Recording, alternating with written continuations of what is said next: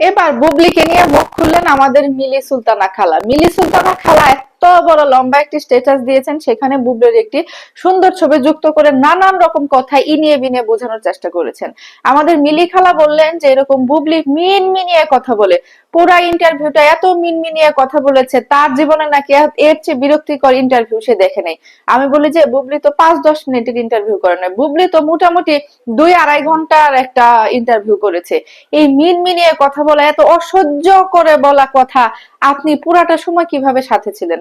আমি হলে এত বিরক্তি যার প্রতি, এত মিনমিনিয়ে কথা বলা, তার কথা বলার স্টাইল যদি না ভালো লাগতো বা আমার যদি না শুনতে ইচ্ছা করতো, তাহলে আমি 1 মিনিটেরও বেশি শুনতাম না। আর আপনি বুবলি ঘুরিয়ে পেঁচিয়ে কথা বলে আসল কথার উত্তর দেয় না, এই না সেই না, এগুলো বহুত কিছুই বললেন। আসল কথা আপনি বুবলির কাছ থেকে কেন শুনতে গেছেন? আসল কথা তো বুবলি চেয়ে আপনিই বেশি জানেন। বুবলির পেটে কার সন্তান সেটা আপনি বানিয়ে বানিয়ে বলেন। বুবলির পেটে সাকিব খানের কিছু না, এটা কিন্তু আপনি সিওরিটি দিয়ে, গ্যারান্টি দিয়ে প্রচার প্রসার করলেন, সেটা নিয়ে একটি স্ট্যাটাস দিয়েছিলেন। আবার এখন আবার কেন বুবলির মুখে শুনতে গেছেন এগুলো? আপনারই তো ভালো জানার কথা, আপনার এবং আরো কিছু সাংবাদিক যারা আছে তাদেরই তো ভালো জানার কথা। তাহলে বুবলির মুখ থেকে শোনার কি দরকার? মানে আপনার কথাতেই সবকিছু কেমন যেন ধরা পড়ে যায়। আপনার একজনকে ভালো নাই লাগতে পারে, আপনার তো সবাইকে ভালো লাগতে হবে এমনটা না। আমরা মানুষ, আমরা প্রত্যেকটা মানুষ আলাদা, প্রত্যেকটা মানুষের পছন্দ আলাদা, প্রত্যেকটা মানুষের যুক্তি তর্ক আলাদা। তো আপনার ভালো নাই লাগতে পারে, আপনি কেন 2 ঘন্টার ইন্টারভিউ শুনতে গেছেন? মিনমিনে কথা বলে আপনি সেটা শুনতে গেছেন কেন? বুবলির ভক্ত যারা আছে, যারা বুবলিকে পছন্দ করে, যারা বুবলির ঘুরানো পেঁচানো কথা পছন্দ করে, তারা শুনবে। আপনার তো শোনার প্রয়োজন ছিল না। আপনি শুনতেও গেছেন, আপনি বলতেও গেছেন বুবলি সত্য কথা বলতেছে না মিথ্যা কথা বলতেছে, এগুলো বলতে গেছেন। তো সত্যটা তো আপনার যদি জানা থাকে, তাহলে বুবলির মুখে মিথ্যা কথা শুনতে গেছেন কেন? তারপরে মূল্যবান সময় নষ্ট করে। এটা হচ্ছে বুবলি ভক্তদের প্রশ্ন, যে মিলি খালা মানে নিজের কথার প্যাচে নিজেই পড়ে যাচ্ছেন।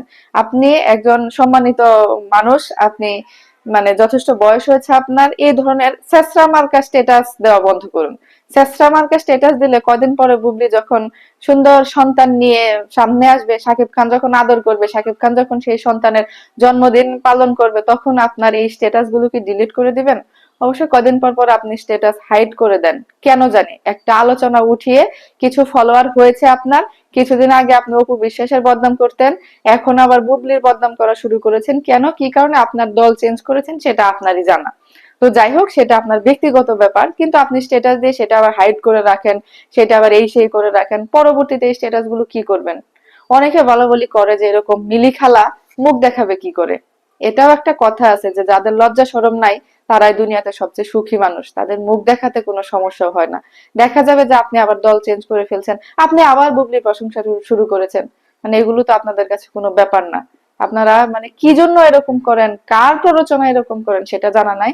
তবে আপনার বুবলির কথা শোনারও দরকার নাই, বুবলির ইন্টারভিউ শোনারও দরকার নাই।